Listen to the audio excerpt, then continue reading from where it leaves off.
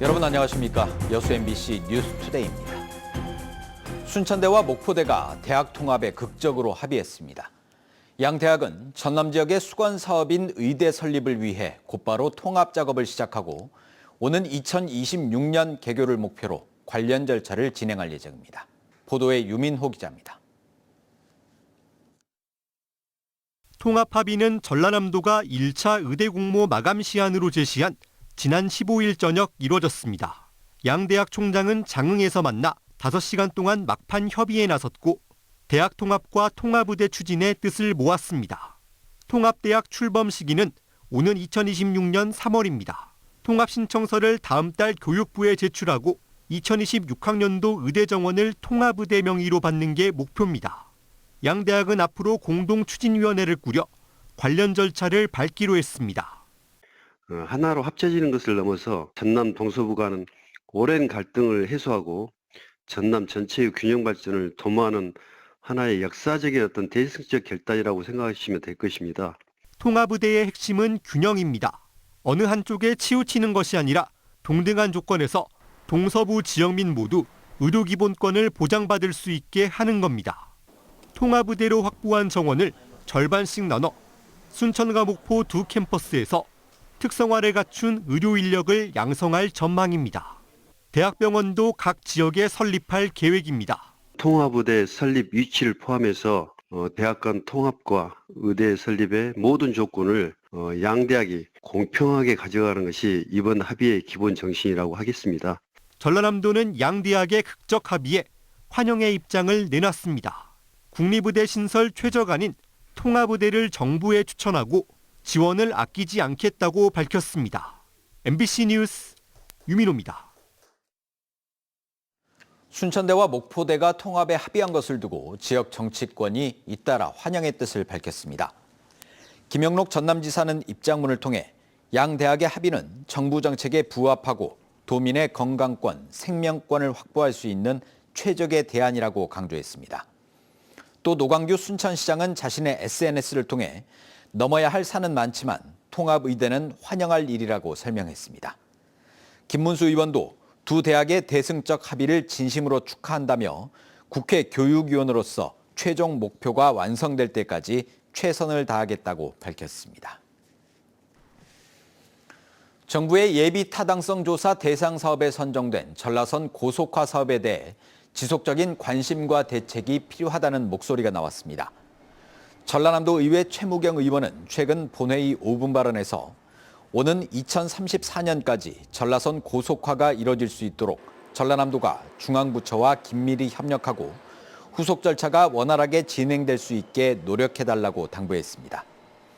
전라선 고속화 사업은 사업비 2조 원을 투입해 전북 익산에서 여수까지 180km 구간을 고속화하는 것으로 여수에서 용산까지 2시간 30분 이내로 단축하는 게 목표입니다.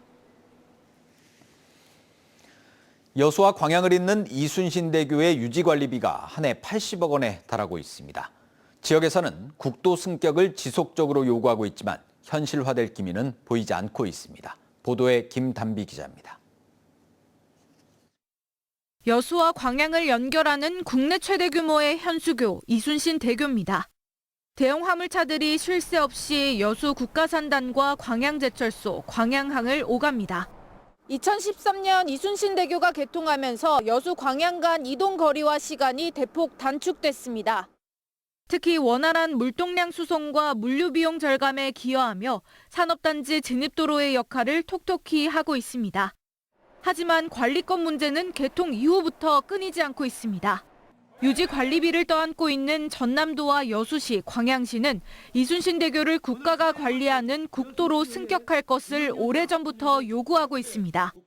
여수 산단에서만 한 해 6조 원의 국세를 징수하는 등 실질적인 수혜자는 국가인데 도로 유지 관리는 재정 사정이 열악한 지자체가 떠안는 불합리한 구조라는 겁니다. 유지 관리 비용까지 증가한 것은 지방자치법 제11조 사무분배 기본원칙에도 위반되기 때문에 국가산단 국가지원법 개정안도 최근 발의됐습니다.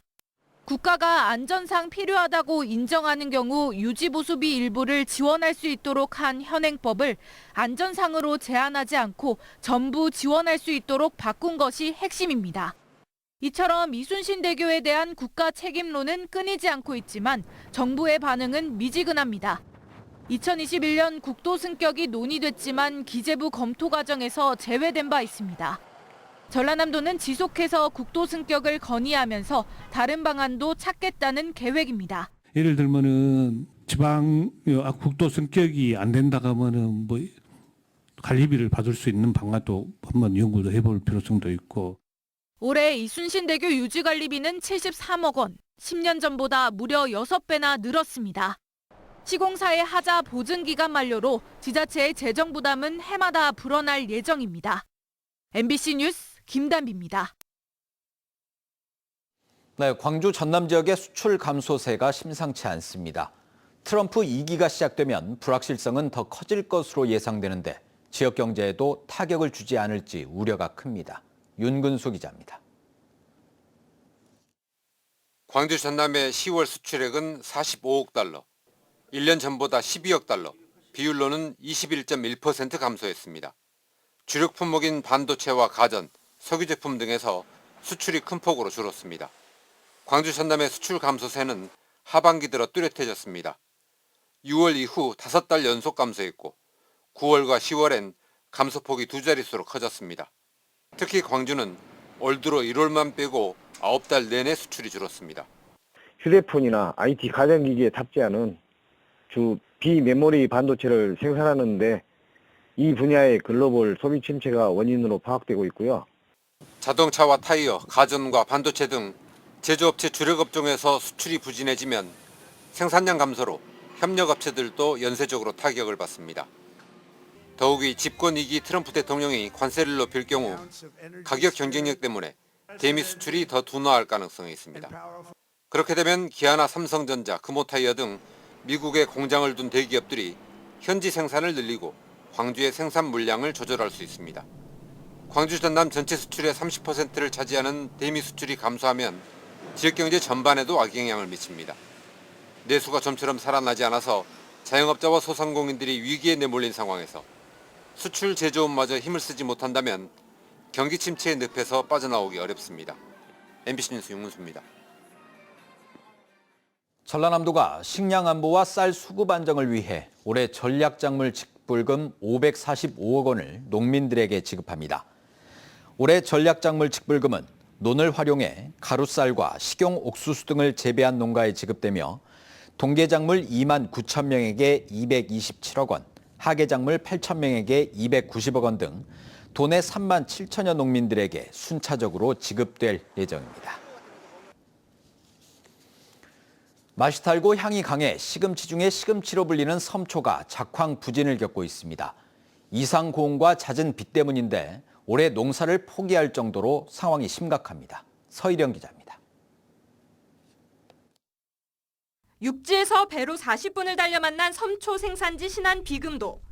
겨울에 눈과 해풍도 견딘다는 섬초가 노랗게 시들어 축 처져 있습니다. 뽑아보니 잔뿌리가 없이 검게 썩었습니다. 사흘에 하루꼴로 내린 가을비로 무름병에 걸린 겁니다. 비중으로 봤을 때 약 한 70% 정도? 이 조정종을 갖다 섬초를 재배를 하고 있는데 그 중에서 거의 한 50% 이상은 다 지금 그 무름병 걸려버리고. 인근의 또 다른 밭에는 시금치 대신 잡풀만 무성합니다. 파종 시기인 9월까지 폭염이 이어지며 씨앗이 아예 싹을 틔우지 못한 탓입니다. 씨를 다시 뿌려봐도 이렇게 시금치가 자라지 않아 올해 농사를 포기한 곳이 많습니다. 잦은 비와 이제 그 이상 기온 현상 때문에 그 파종을 2번, 3번 하신 농가들이 많아요. 그래서 작황 그리 요즘 들어서는 썩 좋지 않습니다. 겨울철 농작물 재해보험 대상에 올해 처음으로 시금치가 포함됐지만 보상 금액은 제곱미터당 1,400원으로 미미한 상황. 내 힘 있는 한 데까지는 내가 하려고 내가 하지. 그런데 이렇게 대해보니까 이제 진짜 농사 짓고 안 싶어 진짜.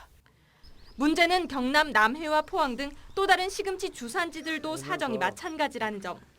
일부 지역은 지난해 대비 전체 물량이 절반가량 줄었다는 공식 발표까지 나와 겨울 밥상 물가는 또다시 들썩일 전망입니다. MBC 뉴스 서유령입니다. 전라남도가 지역 특화 산업인 소재 부품, 친환경 에너지, 바이오 헬스 산업을 육성하기 위한 레전드 50플러스 사업을 추진합니다. 해당 사업은 지역 중소기업을 집중 육성해 업체 매출을 국내 50% 이상으로 끌어올린다는 의미입니다. 전라남도는 중소벤처기업부와 공동으로 특화 산업 분야의 중소기업에 앞으로 3년 동안 정책자금 등을 지원할 예정입니다. 순천시가 지난 주말 자매도시인 일본 이즈미시의 초청으로 대산업제 행사에 참가했습니다.